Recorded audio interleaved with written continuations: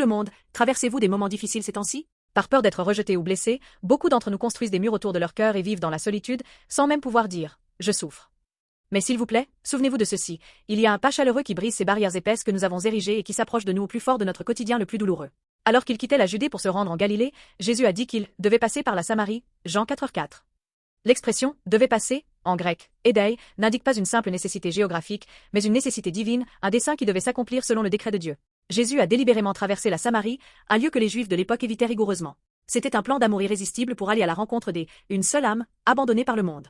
À l'heure brûlante du midi, quand personne d'autre ne venait, Jésus s'est assis près du puits de Jacob, attendant une femme. Cette femme, qui avait divorcé 5 fois, vivait dans un isolement total, endurant les reproches et le mépris des habitants du village. Pourtant, Jésus a brisé tous les préjugés religieux, les hostilités nationales, les barrières de genre et les stigmates moraux pour faire le premier pas vers elle. Dépassant toutes les frontières invisibles tracées par le monde, Jésus vient aujourd'hui en premier dans le lieu le plus solitaire de votre vie. Cette femme samaritaine si blessée a rencontré Jésus, et sa vie a été complètement transformée. La venue de Jésus auprès de cette femme au puits montre comment il a abandonné la gloire du ciel et est venu directement sur cette terre de péché pour nous sauver, nous qui étions totalement séparés de Dieu à cause du péché. De plus, Jésus a chargé sur lui tous nos péchés, notre honte et notre douleur, et il est mort sur la croix. Par sa mort, la barrière du péché qui se dressait entre Dieu et nous a été complètement abolie. Désormais, la séparation d'avec Dieu causée par le péché et la soif de l'âme que rien dans ce monde ne peut étancher et la cause profonde de cette soif ont été résolues par Jésus, qui est devenu la source d'eau jaillissant pour la vie éternelle. Vous sentez-vous seul et isolé en ce moment?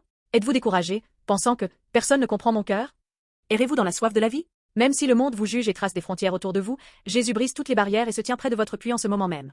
Dès l'instant où vous ouvrez votre cœur et accueillez Jésus, votre vie est renouvelée.